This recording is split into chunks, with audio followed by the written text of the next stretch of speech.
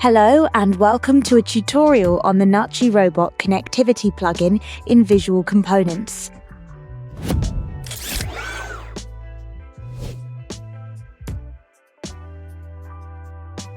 When following any tutorial, check the lesson on the Visual Components Academy, and if the Download Files option appears, you can download the example files. For the robot controller, we are using Nachi's FD on Desk 3 simulation software. Information on where to download any additional software components will be included in the video description. The layout used in this tutorial features the Nachi MZ35F01 robot model. The robot is picking workpieces from an input conveyor, placing them inside a parametric 5-axis lathe, and after the machining process, picking out the workpieces and placing them on an output conveyor. The robot program has been created as one big looping routine, which loops due to having the robot executor's is-looping property on. Key signals used by the robot program include the sensor Boolean signal of the conveyor end block component, which is connected to input 201 of the robot. The parametric 5-axis lathe has 3 status signals which have been connected to the inputs between 211 and 213. The robot outputs from 221 to 223 are connected to the parametric 5-axis lathe's input signals, which are used to control the doors and start the process. In addition to that, the robot output signal 1 is toggled between true and false in order to grasp and release the products. When executing the translator for the first time, several parameters are created to the robot component. In the Download tab of the component properties, you can view and edit the parameters that are used when translating the Visual Components robot program into the robot manufacturer's native language. In this tutorial, we are using the default download settings, and for example, the download in coordinates is set to false. This means that the program will use joint syntax instead of a coordinate syntax.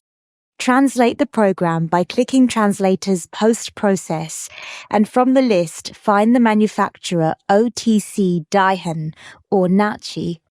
These two manufacturers have a common syntax. Press Download, and in the Save dialog that opens, find a convenient file location for saving the file. The file name with this manufacturer needs to be numeric. So type only a number as the file name, in this example number 1, and press Save, and click OK. The program file we named number 1 was outputted to our file location as a file named unit1a.1. Open the program file in a text editor and observe the outputted program. Minimize the text editor application window, but don't close the program, because in a later phase of the tutorial, we will copy and paste the program contents in the Virtual Robot Controllers program. We are now in Nachi's FD on Desk 3 simulator software. We can view the version and license information from Help and About FD on Desk 3. Let's then start configuring the project. In the bottom left, in Model Library, expand the Robot category. Expand the subcategory 6 axes and find the robot model MZ35F. Load the model to the 3D world by double-clicking it.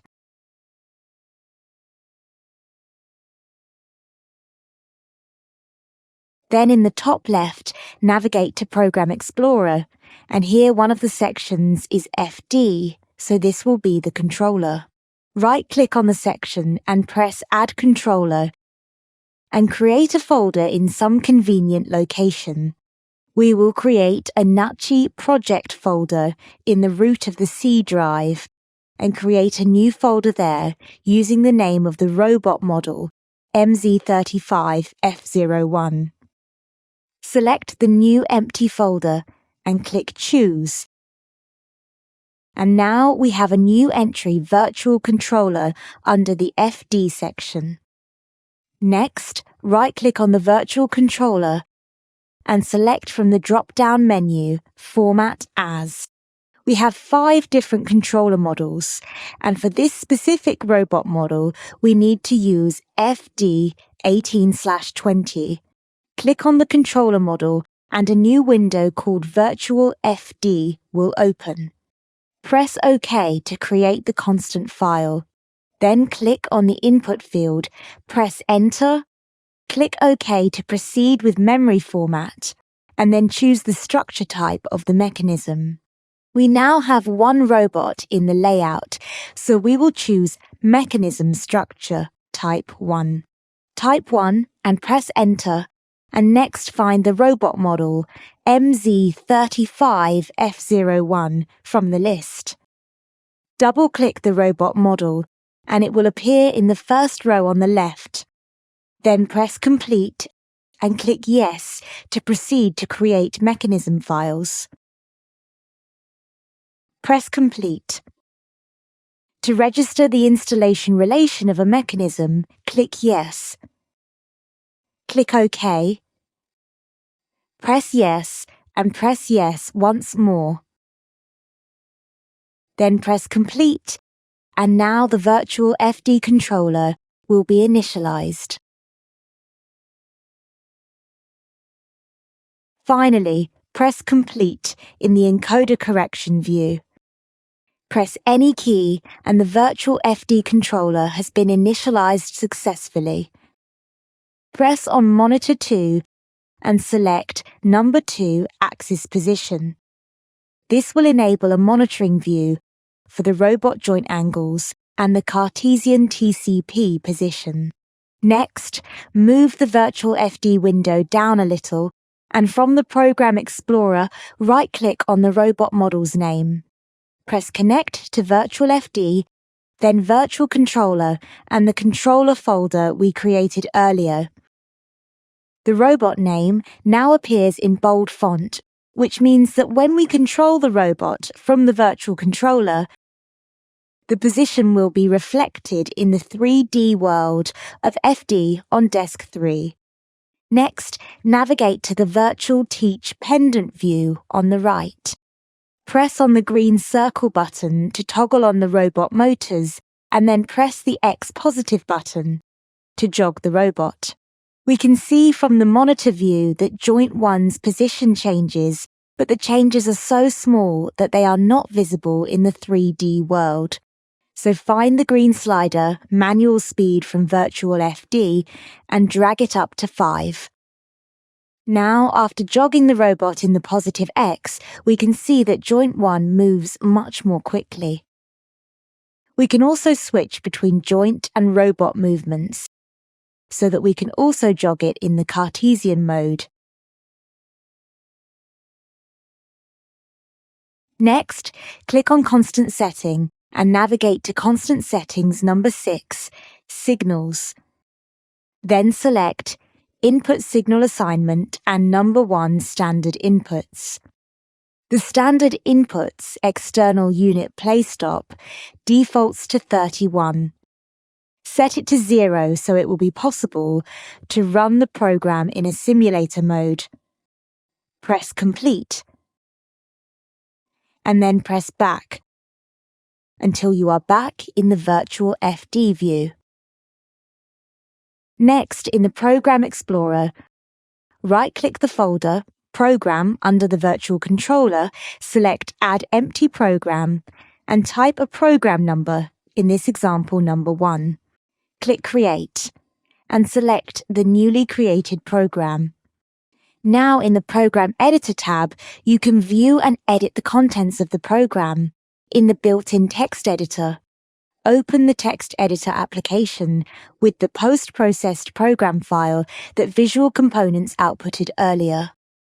Select all and copy and paste the contents into the built-in program editor in FD on Desk 3. right-click the program and press Compile, and press OK to confirm.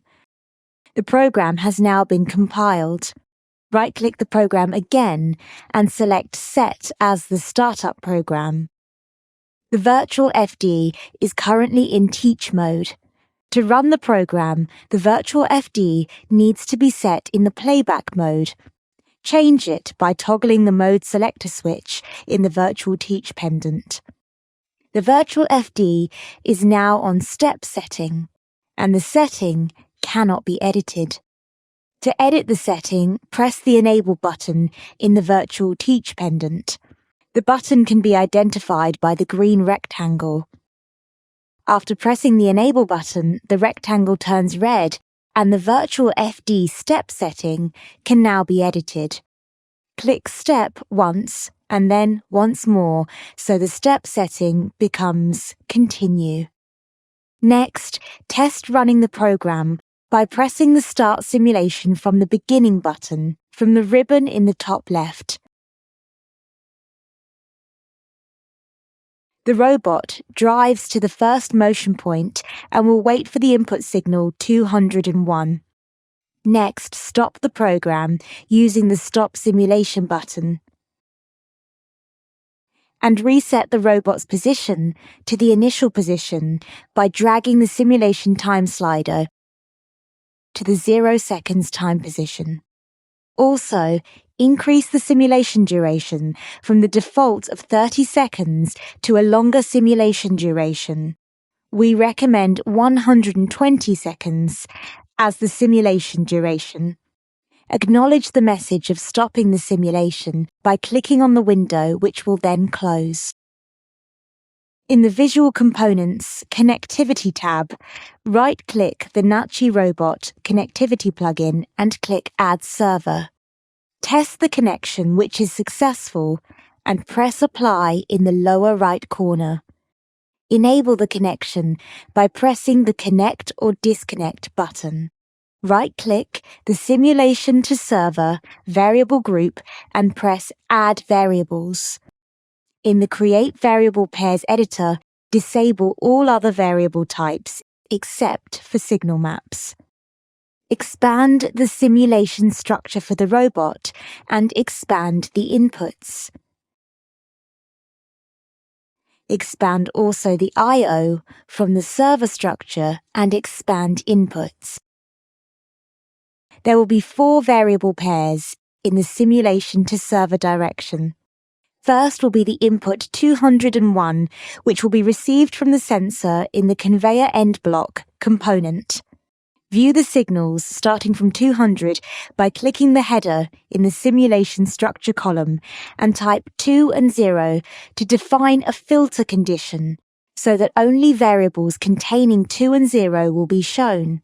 Apply the same filter condition in the server structure and pair the input 201 with its respective server variable and click Pair Selected. Next, change the filter conditions for variables containing 2 and 1 and find the 3 variables starting from 211.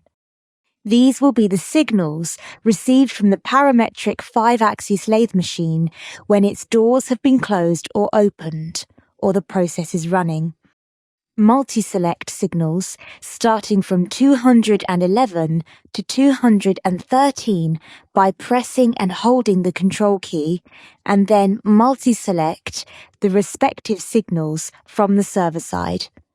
Then click Pair Selected and confirm from the Paired Variables panel below that there are now 4 variable pairs. Then clear the filter conditions and select the Server to Simulation variable group. Collapse the inputs on both sides and expand the outputs. The first variable pair will be the output one, which is the signal responsible for grasping the object near the robot's TCP. Click Pair Selected to pair the output one with the respective server variable. And then, find the outputs starting from 220. Apply a filter containing 2 and 2 and collapse the inputs.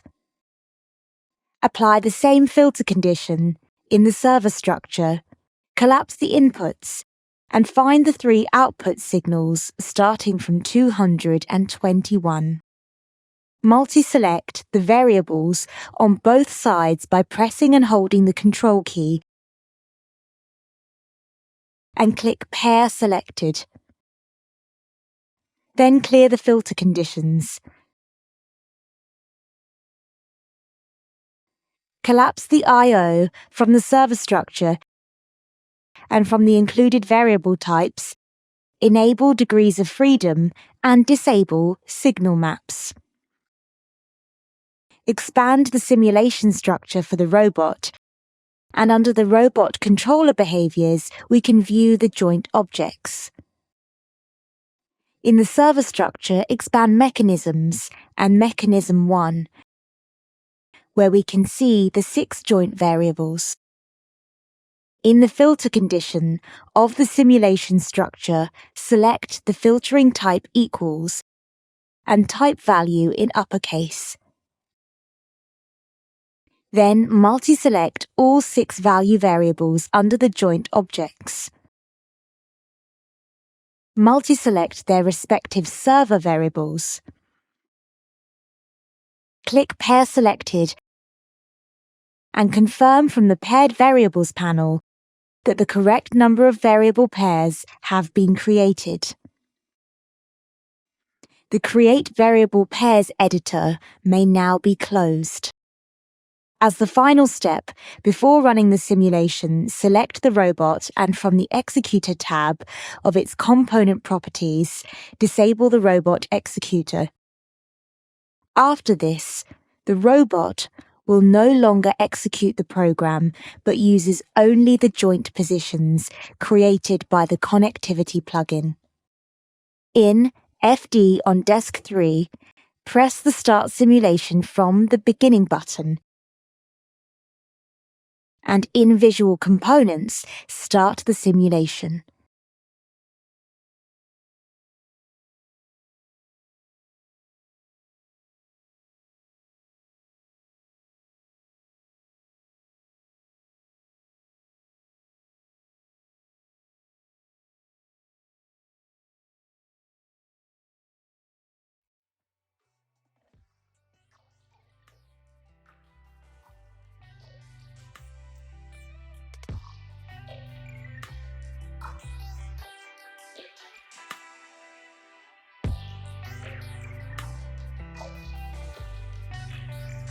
And this concludes the lesson. Thank you for watching.